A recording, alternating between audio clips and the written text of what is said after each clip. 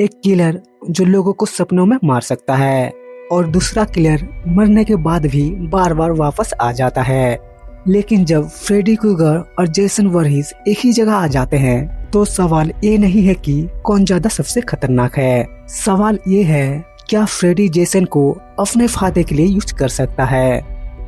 कैसे हो दोस्तों, आप देख रहे हैं ब्लैक स्क्रीन, जहाँ पे हम सिर्फ हॉरर मूवीज के बारे में बात नहीं करते, उनके पीछे छुपे हर राज को भी समझते हैं।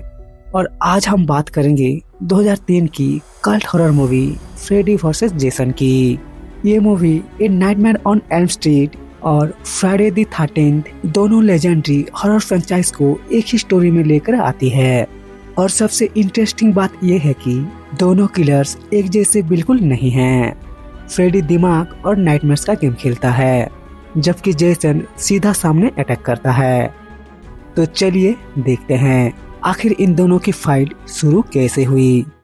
मूवी के बिगिनिंग में फ्रेडी की प्रॉब्लम यह है कि स्प्रिंगवुड के लोग अब उससे डरना बंद कर चुके हैं और फ्रेडी की पावर लोगों के फियर से जुड़ी हुई है, इसीलिए वो अपने पुरानी स्ट्रेंथ नहीं पा रहा। फ्रेडी खुद स्प्रिंगवुड के टीनेजर्स के ड्रीम्स में भी नहीं आ पा रहा। लेकिन फ्रेडी के पास एक आइडिया था। उसे एक ऐसा किलर चाहिए था जिसके नाम से लोग तुरंत डर जाएं। और तब उसकी नजर पड़ती है जेसन वरहीस पर। फ्रेडी जेसन के ड्रीम्स और मेमोरीज का यूज करके उसे मैनिपुलेट करता है। वो जेसन को पैमेला वरहीस के रूप में अपियर होकर क्रिस्टियन लेक से स्प्रिंगवुड की तरफ भेज देता है। जेसन का काम सिंपल था, लोगों को मारना और उनके अंदर फियर क्रिएट करना। और फ्रेडी का प्लान काम करने लगता है। स्प्रिंगवुड के लोग फिर से फ्रेडी से डरने लगते हैं, लेकिन यहाँ फ्रेडी से एक बहुत बड़ी मिस्टेक हो जाती है। जेसन को कंट्रोल करना इतना इजी नहीं था। जेसन स्प्रिंगवुड में किलिंग शुरू कर देता है, लेकिन वो फ्रेडी के लिए विक्टिम को सिर्फ डरा नहीं रहा था, वो उन्हें खुद ही मार रहा था। फ्रेडी को ये पसंद नहीं आता क्योंकि जेसन की वजह से फ्रेडी के विक्टिम्स उसके कंट्रोल में नहीं रह रहे थे। और सबसे बड़ी प्रॉब्लम, जेसन खुद फ्रेडी से डरने वाला नहीं था। फ्रेडी जेसन के ड्रीम में जाकर उसे कंट्रोल करने की कोशिश करता है, लेकिन जेसन फ्रेडी के लिए एक अनयूजुअल ओपोनेंट है।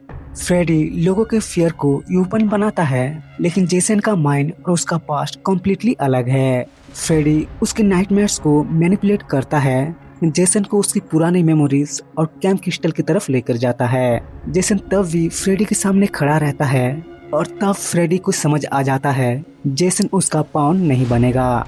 अब दोनों के बीच पर्सनल फाइट शुरू हो चुकी थी। फ्रेडी का एडवांटेज है ड्रीम वर्ल्ड, यहाँ वो रियलिटी को अपनी मर्जी से बदल सकता है। जेसन का एडवांटेज है रियल वर्ल्ड, यहाँ उसकी स्ट्रेंथ और ड्यूरेबिलिटी फ्रेडी के लिए प्रॉब्लम बन जाती है। और इसी डिफरेंसेस के वजह से मूवी की सबसे इंटरेस्टिंग फाइट होती है। फ्रेडी जेसन को ड्रीम्स में हराने की कोशिश करता है, जबकि जेसन रियल वर्ल्ड में फ्रेडी को फिजिकली डिस्ट्रॉय करना चाहता है। आखिरकार दोनों की फाइट क्रिस्टल लेक तक पहुंचती है। फ्रेडी जेसन को नाइटमेयर में मैनिपुलेट करने की कोशिश करता है और जेसन फ्रेडी के साथ रियल वर्ल्ड में फाइट करने की कोशिश करता है। दोनों एक दूसरे को ब्रूटल डैमेज देते हैं।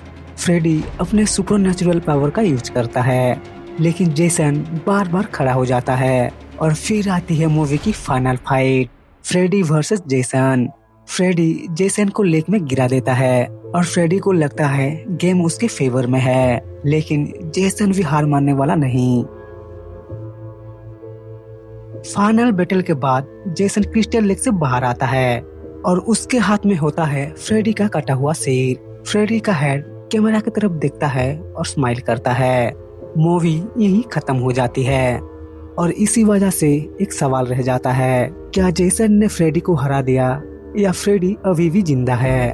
मूवी ऑफिशियली किसी क्लियर विनर का अनाउंसमेंट नहीं करती और शायद इसी वजह से फ्रेडी वर्सेस जेसन की एंडिंग इतनी मेमोरेबल है। तो भाई, तुम्हारे हिसाब से फ्रेडी वर्सेस जेसन में असली विनर कौन था, फ्रेडी या जेसन? कमेंट में जरूर बताना। और अगर तुम जेसन की पूरी हिस्टोरी और ओरिजिन डिटेल्स में जानना चाहते हो तो वो स्टोरी और भी इंटरेस्टिंग है। तो मिलते हैं नेक्स्ट हॉरर वीडियो में। और हाँ, चैनल को सब्सक्राइब करना मत भूलना, वरना फ्रेडी तुम्हारे सपने में आके तुम्हें बहुत सताएगा।